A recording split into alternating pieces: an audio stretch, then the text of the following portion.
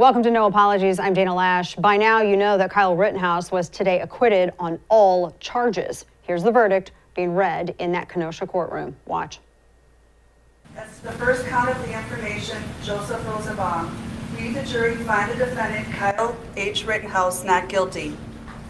As to the second count of the information, Richard McGinnis, we, the jury, find the defendant Kyle H. Rittenhouse not guilty.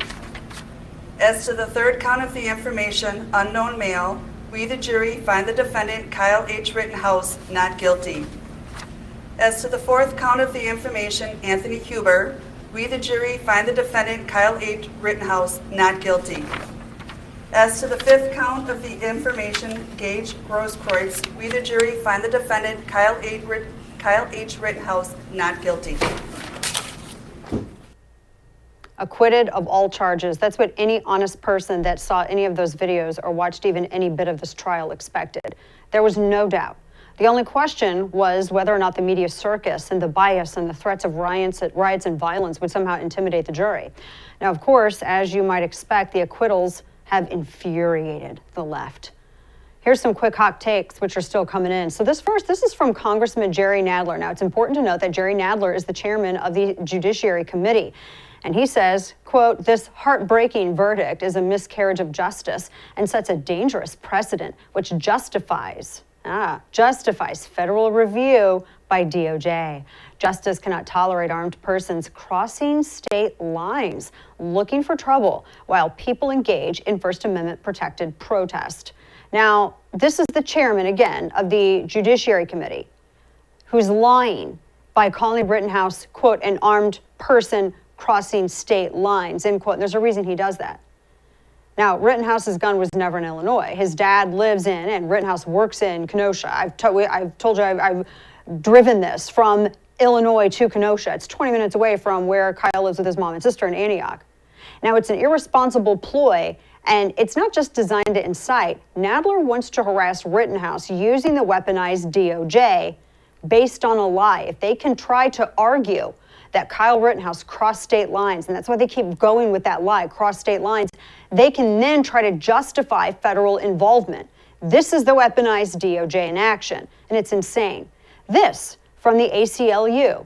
They tweeted, quote, "When the community rose up to exercise their First Amendment right to protest after the police shot a black man in the back in front of his kids, police enabled white supremacist militia members. The result of this failure was bloodshed, the loss of lives, and trauma," end quote. So, first off, according to the ACLU, it was a peaceful First Amendment exercise that night in Kenosha, not a riot.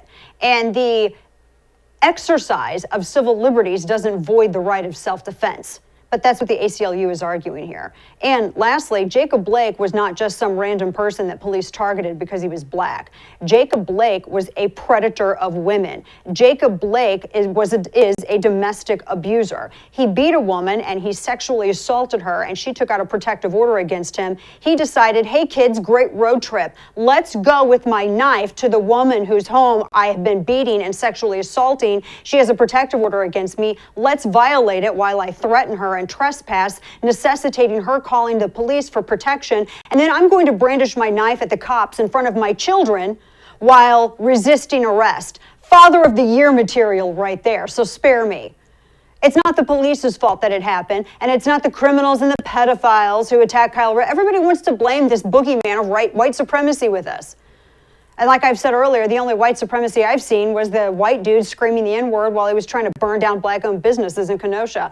Here's Bill de Blasio, mayor of New York City, his hot take, coming to the defense of convicted pedophiles and rioters and thieves and arsonists and people who beat up their own grandmother, Anthony Huber.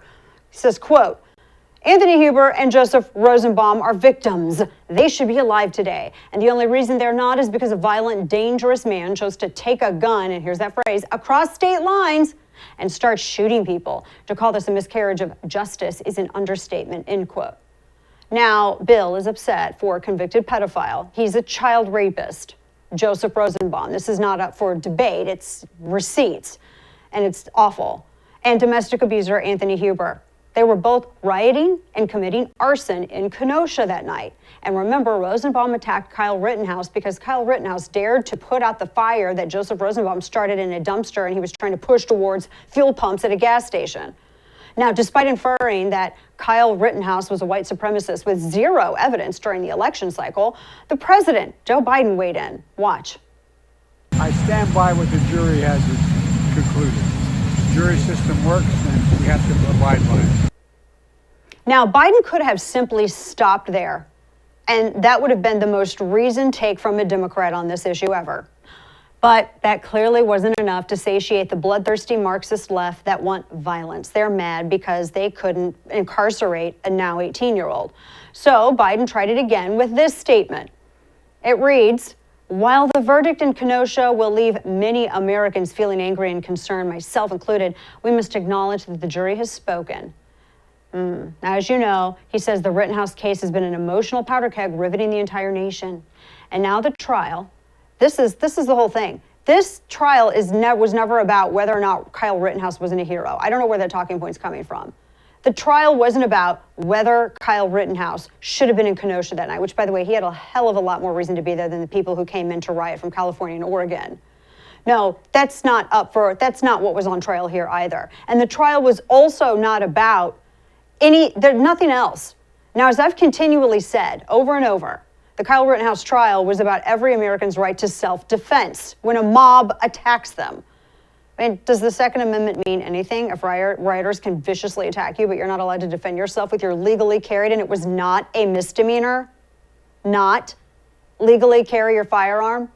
That was what was on trial, along with a 17-year-old now 18-year-old, whose entire life rested on the decision of 12 men and women.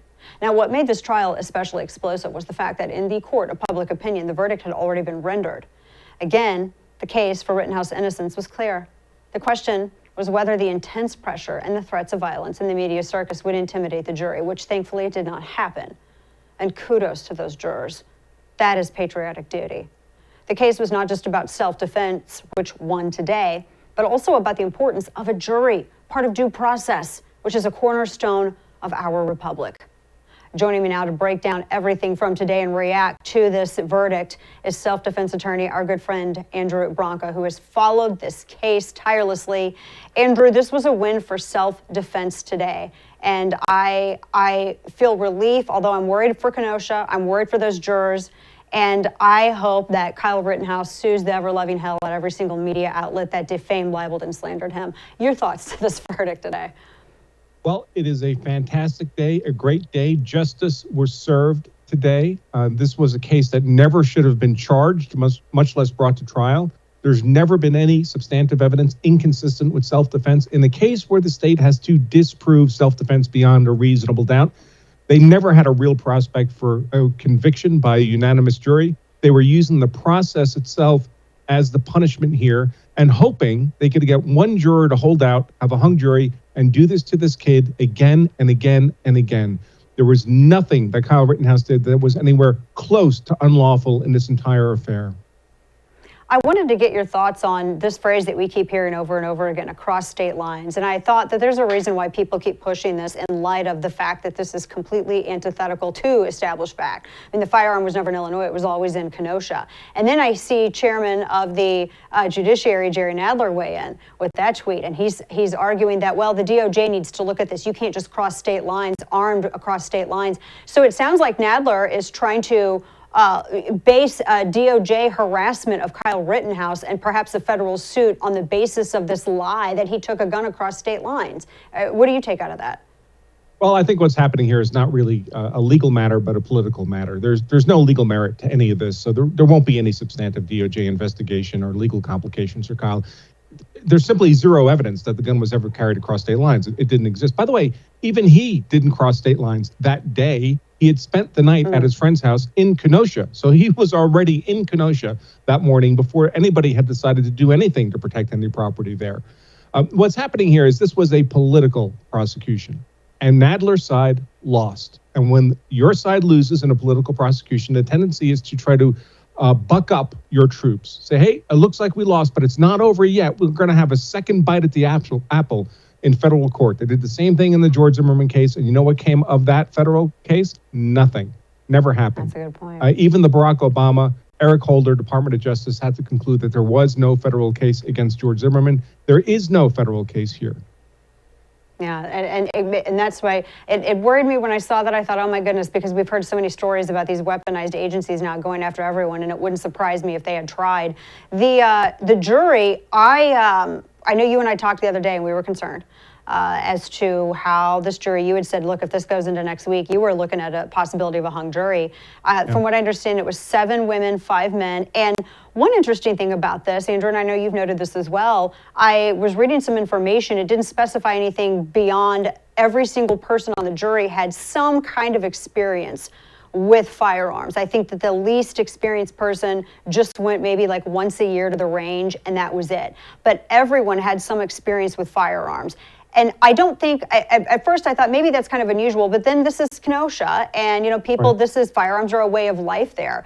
How did that, you think, play into the determination that the jury made today in the verdict? Well, I think it certainly was helpful to the defense. What you fear here is when you have the evidence on your side, and the defense did, and you have the law on your side, and the defense did, that ought to lock in an acquittal right there. But you worry about an emotional verdict. You worry about the prosecution swaying the jury with rhetoric to an unjust guilty verdict. So you're concerned about that. And many people have a negative emotional reaction to guns. Frankly, I've never met anyone who had that reaction if they'd gone shooting even once. Shooting guns is fun. People enjoy it. But for people who've never handled or touched a gun, it's like a rattlesnake to them. It's something they have a phobia about. And you don't want someone like that on the jury in a case where the defendant used a gun in personal protection. Now, I remember during jury selection, I was shocked at how many of the prospective jurors regularly went hunting, shot target practice, shot competitively, and that was very encouraging. And obviously, they managed to get a lot of those people onto the final jury. Yeah, absolutely. Talking with our friend Andrew Branca and looking at some of the trial footage, that's when, of course, the ADA there was flagging the entire courtroom. What is next for Kyle Rittenhouse? Because after this, I know there's a lot of discussion, but there's a lot of media outlets that, again, my untrained legal opinion, to me, it looks like defamation. A lot of these outlets, a lot of these Democrat officials, they're calling him a white supremacist. They said he's a murderer. And this stuff that lives on the internet forever, Andrew. So what do you think that Kyle might do next?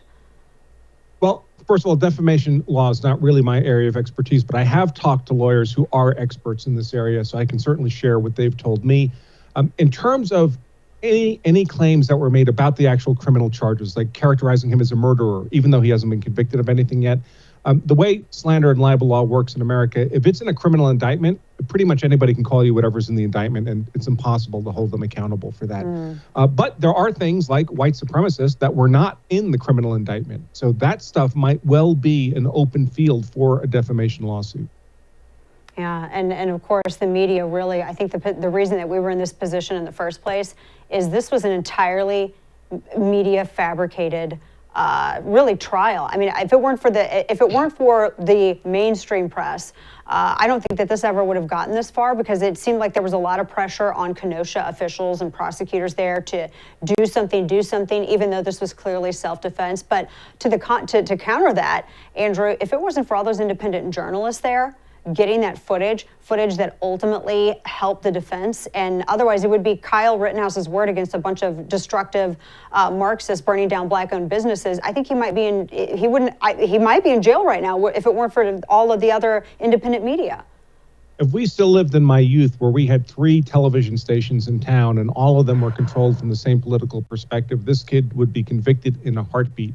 But it's because of media sources like yours that can host me. It's because of websites like my own and many other great lawyers I collaborated with to get the truth of this out, that were able to red pill Americans who might otherwise have nothing to believe but the false narrative peddled by the mainstream media. So thanks to you, Dana. Thanks to all those other great attorneys out there, because they showed the nation the truth of this and where justice lay. If not for that, America wouldn't know. I completely agree. And Andrew, thank you for following this so intensely. And it's definitely a victory. Self-defense, the justice was served and self-defense was protected. And maybe now, Andrew, people can stop running their mouths about open carry, because open carry, by lawful open carry like Kyle Rittenhouse did, he was the only person there legally armed, is not a provocation at all whatsoever. So maybe they can shut up about that too. That would be nice. Always. Yes, always good to see you. Andrew Branca, you can find him at lawofselfdefense.com. Andrew, always a pleasure. Thank you. Take care, Dana. Bye-bye. So coming up, our coverage of the Rittenhouse not guilty verdict. It continues coming up with my friend, townhall.com contributor Kurt Schlichter. Don't go anywhere. Thanks to Biden's economic policies, job numbers have been abysmal and inflation is skyrocketing. And instead of following the former president's pro-business agenda that had the economy booming, Biden wants to tax corporations and pass trillion-dollar bills we can't pay for. It's time for you to take proactive steps to protect your wealth and retirement by investing in gold and precious metals. Legacy Precious Metals can help. Washington keeps printing money to pay for their outrageous bills, but all that does is devalue your dollar. Gold offers a hedge against inflation, and as the dollar gets weaker, gold gets stronger. The folks at Legacy Precious Metals are the gold standard when it comes to investing in precious metals, and they have a team of experts who can counsel you on the best options for you and your family. Don't leave your retirement to chance. Call Legacy Precious Metals at 866-580-2088 or visit them online and download their free investor's guide full of useful info at legacypminvestments.com.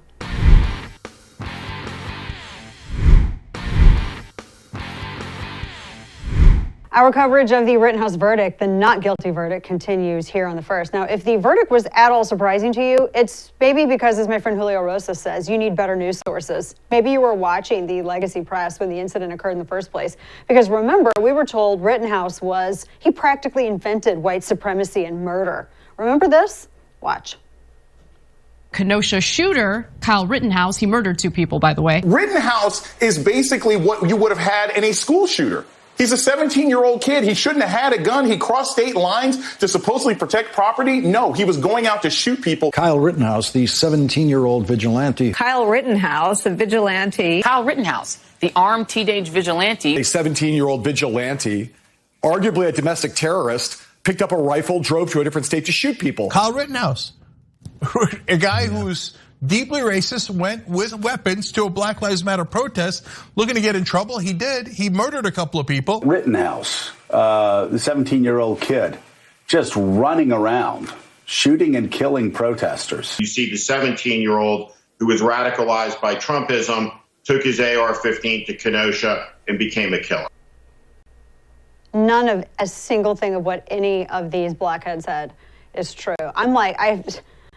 I'm really trying hard to be nice here, but at the same time, I kind of want to throw nice out the window. I want to yeet it out of the window, right? That's kind of what I want to do.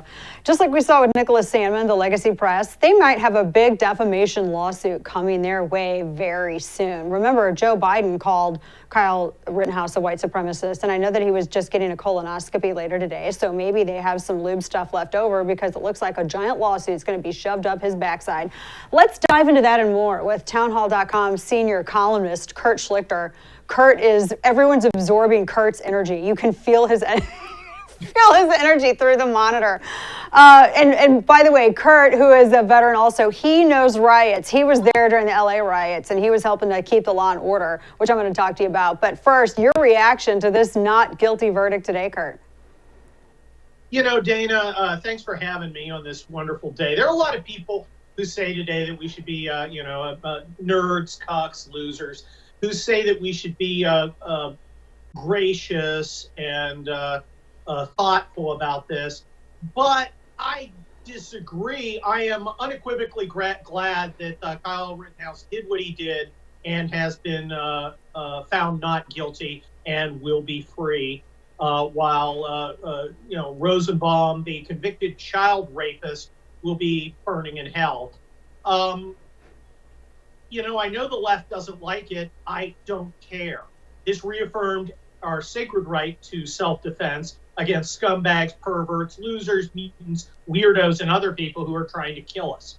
Every American citizen has a right to be armed any place they want, as a general principle. The idea that somehow Kyle Rittenhouse had some sort of obligation not to be somewhere with a lawful weapon, as the judge found, because that was going to interfere with the ability of the militarized wing of the Democrat Party to rape, loot, murder, kill, and do the other things that rioters do, is ridiculous. And it's been thoroughly rejected by 12 jurors. So I'm unequivocally happy. I am drinking huge vats of liberal tears today. And I hope that more Americans stand up and lawfully exercise their rights to protect their communities. This was about disarming us, Dana. This was about telling us we have no right to protect ourselves, our families, our communities, and our Constitution. And that's not true. We not only have a right to do it, we have a duty to do it. Kyle Rittenhouse did his duty, and these people can kiss my, well, whatever Joe Biden was getting probed today. There you go. It's so eloquently put, and I agree 1,000% with your sentiments, Kurt. And you said you touched upon something. It was about disarming us, and to that point, there are some people on the right that are buying into this thing of, well, he shouldn't have been there. You can have the discussion as to whether or not, as a parent, I would have been worried about him, but he had every right to be there. Why did he not have a right to be there, but yet rioters from California and Oregon had a right to be there? There's this weird thing among some conservatives, Dana, that they feel that they somehow have to defend propriety at the expense of actual rights. No, you are not obligated to be the voice of reason. That is, in quotation marks, air quotes, which inevitably translates into what the establishment wants. An American citizen can be wherever the hell he feels like being, including in the middle of where the militarized wing of the Democrat Party chooses to riot, and he can carry lawful weapons with him and lawfully defend his life against wife beaters, burglars, and convicted perverts who try and hurt him. So the hell with these people. Time to man the hell up, conservatives. I am glad Kyle Rittenhouse did what he did. I'm glad he stood up and took a stand against chaos. I was in the LA riots. I saw what happens when order breaks down. And in LA, they sent us in the military in to restore order. In Wisconsin, the Democrat leadership made a calculated decision to let the riots continue. They left a void there, and a citizen went to fill it. Vigilante, he ought to wear that as a badge of honor. Should he have been a vigilante? He shouldn't have had to be, but he had to be because the Democrat administration abstained from suppressing this riot. And when they won't do their job, it's very clear that American citizens can and should. That's a huge point.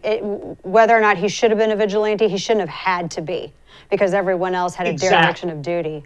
That's a great point. Yes. Kurt, is it fair to say that the people who are criticizing Rittenhouse for being lawfully armed and being where he was would have hated the rooftop Koreans back in the LA riots? Oh, God, there is nothing that outrages these people more than American citizens defending their lives and property because they want a free pass to intimidate us. They want a free pass to threaten us. They want a free pass to coerce us. And an American with a rifle stands athwart tyranny. And I don't care if they like it or not. I say buy guns and ammunition, arm yourself, and be prepared to defend yourself, your family, your community, and your Constitution, no matter what, all the time. Now, they have 500 National Guardsmen on the outskirts of Kenosha, and I don't know, I really hope there aren't riots, because business owners, there's still businesses there that have boards up in their windows. People have never been able to return. I hope that is not going to happen, but I wanted to get your thoughts ahead of tonight. Look, I have been there in civil affair operations, civil support operations. I've got an ops map on that wall over there, framed from when I commanded forces in San Diego during the fire operation in 2007. I was in the Los Angeles riots. This is an infantry battalion, I believe, out of the Wisconsin National Guard. I believe it's infantry. It's going to have a lot of combat veterans from Iraq and Afghanistan, a lot of guys who are very well trained, and not just on transsexual awareness. These are people who've done the job and know how to use their equipment. And they should be allowed to go in and do their job. And their job is to keep order. Hopefully, look, I don't think there's going to be riots, and why not? I don't think it helps the Democrat establishment. Look, all BLM and Antifa essentially disappeared once Joe Biden came into office, because creating the impression that America is out of control was no longer something that they needed to do for their political advantage. I don't think they see a political advantage here. I think one of the rare smart maneuvers from our Democrat establishment now would be to not have its cat's paws causing trouble, because this has been a giant red pill moment for so many Americans. You know, Dana, I know firsthand of people who say, wow, I thought he killed black people. I thought he was a white supremacist. I didn't realize they were white people. And I didn't realize, at least one of them was a, convicted pedophile. And then they saw the ridiculous prosecution. They saw the lies, and they see the truth about what's going on. And people are like, wait a minute. The media's lied to me. The media, I'm no lawyer, but I know you can't go and chase jurors and try and find out who they are while they're deliberating. They see American people who aren't in the cesspool with us of politics are now being forced to confront the reality that our culture is out of control and our establishment is out of control. And I think this is a huge red pill moment for so many Americans. That's a great point that I actually haven't heard made anywhere else. The fact that having the optic of the nation being out of control with all these rioters and everything else is bad for Democrats, and so we may not see. No one else has expressed that. Kurt Schlichter, townhall.com, the Kelly Turnbull series. Always appreciate it, my friend. Grateful for your voice out there. Give him hell. Thank you. Thanks for having me, Dana. Of course. All right, folks, up next, we've heard from a defense lawyer, another lawyer, and also a columnist and a veteran. What about a constitutional attorney? We're going to catch up. We're just going to have all the lawyers on today. We're going to catch up with Jonathan Emord on the other side to get his perspective on this case. Specifically, let's talk a little bit about natural rights and what the ACLU is basically arguing, that the exercise of your civil liberties means you can't defend yourself somehow. Stay with us.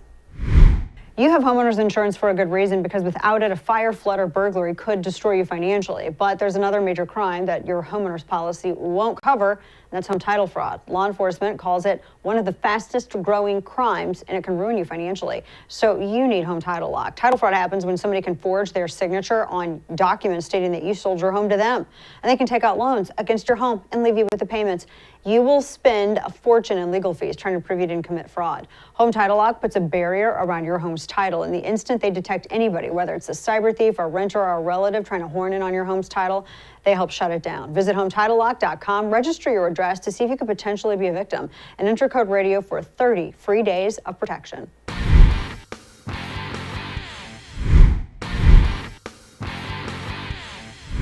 As to the first count of the information, Joseph Rosenbaum, we, the jury, find the defendant, Kyle H. Rittenhouse, not guilty. As to the second count of the information, Richard McGinnis, we, the jury, find the defendant, Kyle H. Rittenhouse, not guilty. As to the third count of the information, unknown male, we, the jury, find the defendant, Kyle H. Rittenhouse, not guilty. As to the fourth count of the information, Anthony Huber, we, the jury, find the defendant, Kyle H. Rittenhouse, not guilty. As to the fifth count of the information, Gage Grosskreutz, we, the jury, find the defendant, Kyle H. Rittenhouse, not guilty. Welcome back. Let's continue the coverage of the Rittenhouse verdict, not guilty on all charges, with constitutional attorney and author of The Authoritarians, Jonathan Emord. Jonathan, thank you so much for being here. Appreciate your perspective. I wanted to ask you, because I've seen this repeated quite a bit, and I saw the ACLU tweet this out, and others have written pieces, editorials on this, that because there is a protest or any kind of First Amendment exercise taking place, that exercise of that liberty somehow voids out your ability or right to defend yourself should a threat arise. And that's essentially, they had tweeted when the community rose up to exercise their First Amendment right to protest after police shot a man in the back. They said that it enabled, of course, they had a bunch of rhetoric about white supremacy, but they said that the way that they're arguing this is that you can't bring a gun basically to any kind of free speech exercise because the Second Amendment can't exist in the same spot, I guess, as the First. I wanted to get your constitutionally based take on this. Well, that's absurd. The Second Amendment right is one that you have with you all the time. It's an individual right. If someone accosts you in the middle of a protest or anywhere and poses a threat to your life, you have a right to use whatever means is available to you to defend yourself. In this case, I think the jury reasonably acted and decided that, look, there was really no evidence whatsoever other than self-defense. And for these people to suggest that a protest is an appropriate cover for aggressive behavior by protesters, but not from those they victimize. I mean, they want to use the same excuse to justify burning buildings down, stealing property, and causing assault and even murder on their side of the spectrum. But when it comes to an innocent person just trying to defend themselves, they don't want to have that person have a Second Amendment right. There's no conflict between the First and Second Amendments. They're both protective of our individual rights. We've also seen a lot of discussion about maybe perhaps bringing the DOJ in on this. And I was talking a little bit earlier about this with my friend Andrew Branca, which doesn't, I guess that's why they're focusing so much on state lines, even though he didn't cross state lines armed, and he actually had spent the night at a friend's house. We learned that when Disto didn't cross into Wisconsin, it was 20 minutes away. He lived with his mom, and his dad and grandmother live in Kenosha, and he works in Kenosha. But is making that claim enough to bring in the Department of Justice on in this matter? Because that's what Jerry Nadler, Congressman Jerry Nadler, seems to be suggesting here. That's absolutely absurd as well. There's no foundation for the Justice Department to get involved with this. It's a local policing issue, no question about it. The crime was committed allegedly in Kenosha, and of course he was proven not to have committed a crime because his Second Amendment right was availed, and appropriately so. There's no foundation whatsoever for intervention of the feds into this. There's no evidence whatsoever of discrimination or acts that involved interstate commerce that would involve the federal government at all.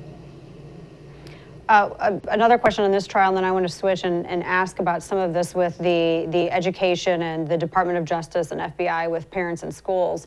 But the juror intimidation that we were learning about all this week, where you had someone with MSNBC following the jury bus back. And I know I and others were kind of wondering why. I know it's a burden to sequester people for an unknown amount of time. But in high profile cases like this, sometimes it may be just more for their safety than anything else. Talk a little bit about the importance of jury impartiality and its relationship with due process, because I was really worried about that, maintaining the impartiality of a jury when they could see what was happening outside and they were aware of the media scrutiny. I too was very worried about that. It's absolutely critical that a jury be free from external influences.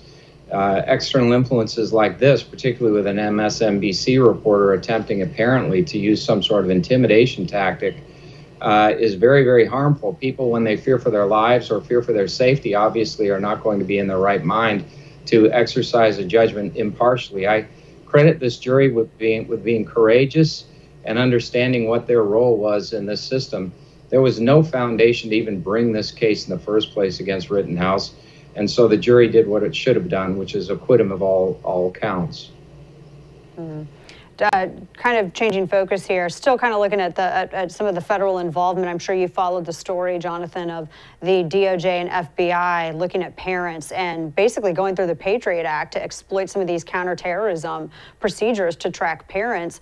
I wanted to get your thoughts on that, and apparently now also the Department of Education becoming weaponized, and they're making the argument now that school districts that don't implement CRT, and if parents defeated at the ballot box, then that's somehow a Title IX violation, and as a result, the Department of Education can get its Civil Rights Division involved to implement it as some sort of in-run around parents. There is such use of these federal agencies in these local matters. I don't think I've ever seen it to this extent. And I wanted to get your perspective on this.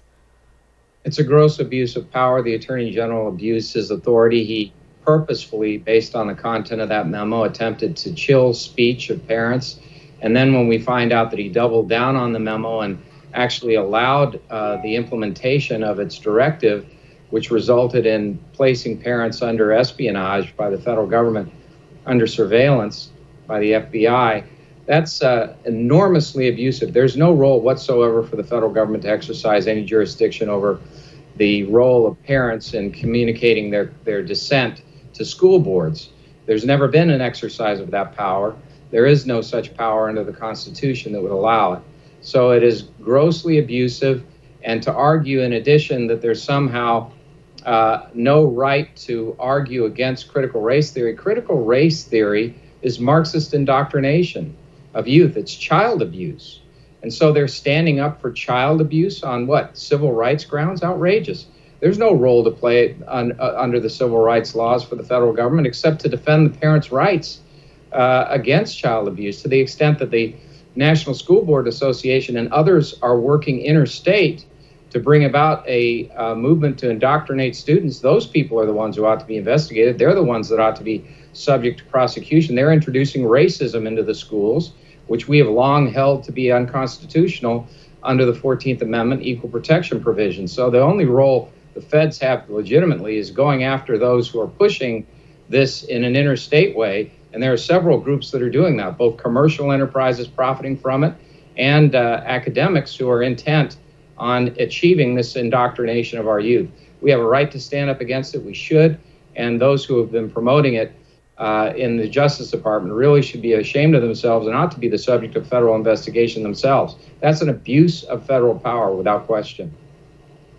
Jonathan Emord, always appreciate your expert perspective on this. Thank you so much. It's invaluable. Thank you. Good to see you. All right, folks, up next, our final thoughts on this very, very, very busy news day and the not guilty verdict in the Rittenhouse trial. Stay here. The First TV was named after the First Amendment of the Constitution and the right to speak out about what we believe and hold dear in our passions and pursuits. It's the most fundamental thing about being an American. And when we chose the name for this network, I had no idea how important and timely a decision that would be. Freedom of speech is more important and more vital than it has ever been before. So we need you to join us. Activate and become a part of that fight. Visit thefirsttv.com/support or the First TV app and learn how you can join the fight by supporting the First. Black Rifle Coffee develops their explosive roast profiles with the same mission focus they learned as military members, and being founded and operated by veterans, Black Rifle Coffee knows what a quality cup of coffee means to active duty troops who are away from home for the holidays. And as a result, they're committed to supporting all who serve. With every purchase you make, Black Rifle Coffee gives back. In 2020, they donated over 6 million cups of coffee to soldiers overseas, law enforcement officers, firefighters on the West Coast, and medical workers during the pandemic response. And so for the month of November, every coffee purchase you make, a bag of their limited edition holiday roast will be sent to service members overseas for Christmas morning delivery. So support the cause. Visit blackriflecoffe.com/DanaTV. Check out the freshest coffee in America. blackriflecoffe.com/DanaTV for 20% off coffee, apparel, gear, and your first month of the coffee club.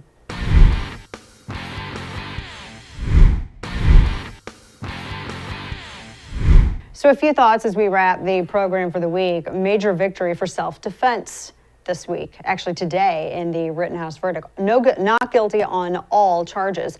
Law and Order won, and even though many are trying to dim that light and they're trying to smear everybody involved and really gaslight Americans on the facts, this was a win for the country. It was a win for the justice system, for due process, for self-defense. Kyle Rittenhouse gets to go home to his family tonight, a free and innocent man. Say a prayer for what's to come for him and his family and the residents of Kenosha, as everyone has to try to put their lives back together, and hopefully there won't be that violent militant faction on the streets to burn down the community so that they have to rebuild again. And pray for the jurors because they did their part. Patriotic duty in the face of intimidation, threats, and pressure. And they stood their ground. So thank you to the jurors for doing their duty. And for all of you, that does it for us tonight. Thanks for tuning in. Good night. And remember, don't bend the knee.